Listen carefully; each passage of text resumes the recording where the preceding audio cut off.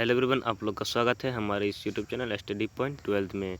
हम लोग इस वीडियो में क्लास 12 के हिंदी का फर्स्ट चैप्टर गद्य खंड से बातचीत के ऑब्जेक्टिव क्वेश्चन कवर करने वाले हैं। पहला नंबर क्वेश्चन क्या कह रहा है? बातचीत शीर्षक निबंध के अनुसार जो कुछ मवाद या धुआं जमा रहता है वह भाप भरकर निकल जाता है, कैसे? तो बातचीत के जरिए से भाप भरकर निकल जाते हैं। ऑप्शन नंबर सी बिल्कुल ही सही आंसर हो जाएगा। अगले क्वेश्चन देखते हैं। क्वेश्चन नंबर 2 क्या कह रहा है? जैसा काम वैसा परिणाम किस लेखक द्वारा रचित है, मतलब किसकी रचना है? तो ये बालकृष्ण भट्ट की रचना है, जैसा काम वैसा परिणाम। ऑप्शन नंबर सी बिल्कुल ही सही आंसर हो जाएगा। अगले क्वेश्चन देखते हैं। क्वेश्चन नंबर 3 क्या कह रहा है? बालकृष्ण भट्ट के पिता का नाम क्या था? देनी प्रसाद भट्ट था, या बेनी प्रसाद भट्ट था, या देनी प्रसाद भट्ट था, या सैनी प्रसाद भट्ट था? तब याद रखिएगा, बालकृष्ण भट्ट का पिता का नाम बेनी प्रसाद भट्ट था। ऑप्शन नंबर बी बिल्कुल ही सही आंसर हो जाएगा। अगले क्वेश्चन देखते हैं। क्वेश्चन नंबर 4 क्या कह रहा है? दमयंती स्वयंवर स्वयंवर किस लेखक की रचना है? तो ये बालकृष्ण भट्ट की रचना है। ऑप्शन नंबर बी बिल्कुल सही हो जाएगा। अगले क्वेश्चन देखते हैं। क्वेश्चन नंबर 5 क्या कह रहा है? बालकृष्ण भट्ट की रचना बातचीत क्या है? तो एक ललित निबंध है, आप लोग याद रखिएगा। ऑप्शन नंबर डी बिल्कुल ही सही आंसर हो जाएगा। अगले क्वेश्चन देखते हैं। क्वेश्चन नंबर 6 क्या कह रहा है? बालकृष्ण भट्ट की किस युग के कवि हैं? तो आप लोग याद रखिएगा, भारतेंदु युग के कवि हैं Balkrishna Bhatt. Option number B बिल्कुल ही सही आंसर हो जाएगा। अगले क्वेश्चन देखते हैं। क्वेश्चन नंबर 7 क्या कह रहा है? मनुष्य की बातचीत का उत्तम तरीका क्या होता है? तो अपने आप में बात होकर, मतलब अपने आप अवाक होकर बातचीत करना अपने आप में। ऑप्शन नंबर डी बिल्कुल सही आंसर हो जाएगा, यही उत्तम तरीका है। अगले क्वेश्चन देखते हैं। अगले क्वेश्चन देखते हैं हम लोग। अगला क्वेश्चन हमारा क्या कह रहा है? 8वां नंबर क्वेश्चन कह रहा है कि संवाद में सबसे महत्वपूर्ण क्या है? संवाद में सबसे महत्वपूर्ण जो है वह आत्मीयता जो सबसे महत्वपूर्ण है। ऑप्शन नंबर सी बिल्कुल ही सही आंसर हो जाएगा। अगले क्वेश्चन देखते हैं। क्वेश्चन नंबर 9 क्या कह रहा है? बालकृष्ण भट्ट का जन्म कब हुआ था? तो 23 जून 1844 को उसका जन्म हुआ था। मृत्यु हुआ था कितने में? तो 1914 में हुआ था, आप लोग याद रखिएगा। तो ऑप्शन नंबर इसका बी बिल्कुल सही आंसर हो जाएगा, जन्म 23 जून 1844 में हुआ था। अगले क्वेश्चन देखते हैं। क्वेश्चन नंबर 10 क्या कर रहा था कि संयोगिता स्वयंवर रचना है, मतलब बालकृष्ण भट्ट की ये रचना है। ऑप्शन नंबर ए बिल्कुल ही सही आंसर हो जाएगा, आप लोग याद रखिएगा।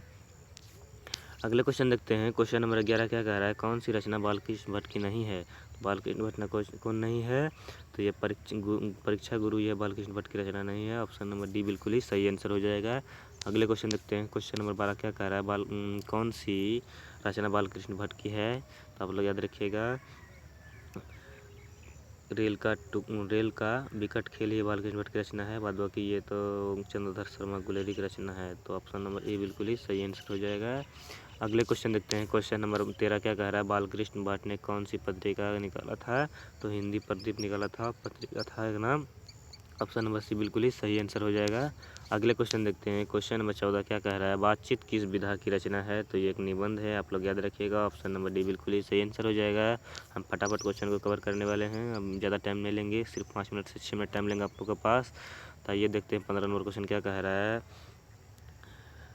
रॉबिन्सन क्रूसो ने 16 वर्ष उपरांत किस मुख की बातचीत से सुनी थी?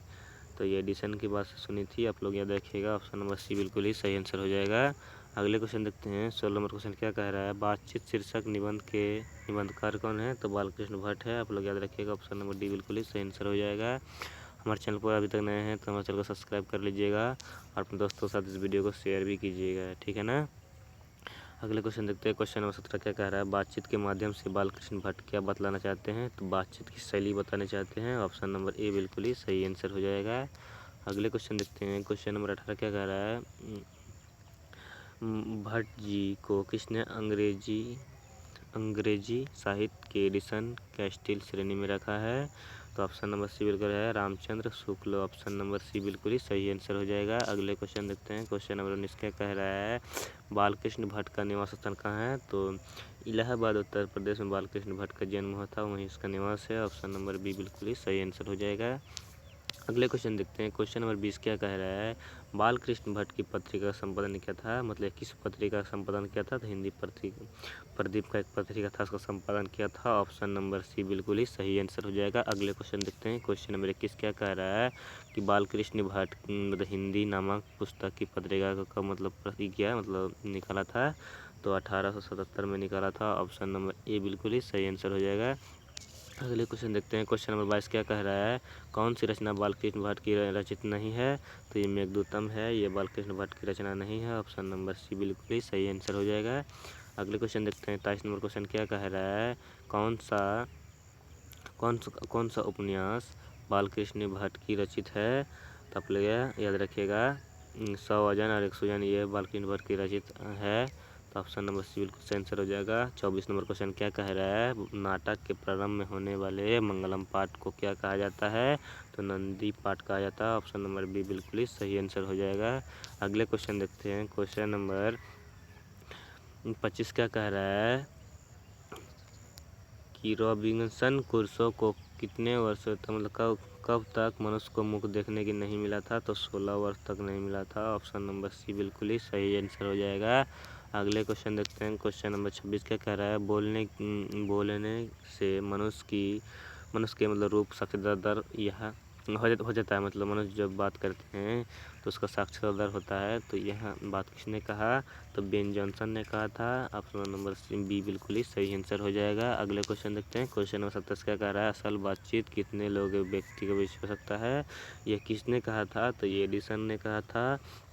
ऑप्शन नंबर ये बिल्कुल सही आंसर हो जाएगा।